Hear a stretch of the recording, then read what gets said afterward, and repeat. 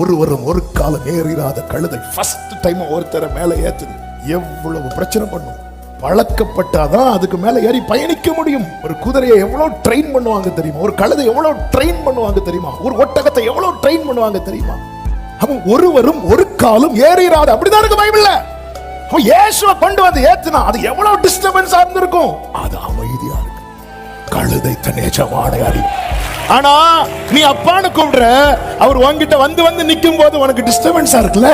உன் வீட்டுல வந்து கதவை தட்டினா ஐயோ டிஸ்டர்பன்ஸா இருக்குல்ல. மாடு தன் முன்னணையில என்னங்க இருக்கும்? முன்னணையில புல்லுல இருக்கும். அப்ப அதுக்கு ஆகாரம் கொடுக்கப்பட்ட இடத்துல இவரை கடத்தி இருக்கு. அது அமைதியா இருக்கு. எனக்கு சாப்பாடு இல்ல பரவாயில்ல, என் ராஜா இருக்கிறார், என் எஜமான் இருக்கிறார். மாட்டுக்கு தெரியுது, கழுதைக்கு தெரியுது. ஜனம் மட்டும் என்ன அறிந்திருந்தான், தாவீதின் குமாரன் என்று அவர் பிறப்பிலேயே கொண்டாடி இருப்பார்களே, என் ஜனம் அறியவில்லை.